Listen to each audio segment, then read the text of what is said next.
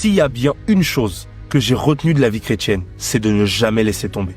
Oui, tu feras des erreurs. Oui, des fois, il y aura des problèmes dans ta vie. Peut-être que tu connaîtras des décès, peut-être que tu en connais même un maintenant. Peut-être que tu connaîtras des situations compliquées financièrement. Peut-être que tu auras l'impression des fois de te trouver à un carrefour de ta vie où tu auras l'impression que Dieu t'a abandonné. Mais n'abandonne jamais le Seigneur. Peu importe ta situation, j'aimerais dire, et reprendre cette expression, tant qu'il y a de la vie, il y a de l'espoir. Tu galères avec un péché, tu trébuches, tu tombes, tu te relèves, tu tombes, tu te relèves, tu tombes, tu te relèves. Mais n'abandonne pas, parce que la dernière position du juste, c'est debout.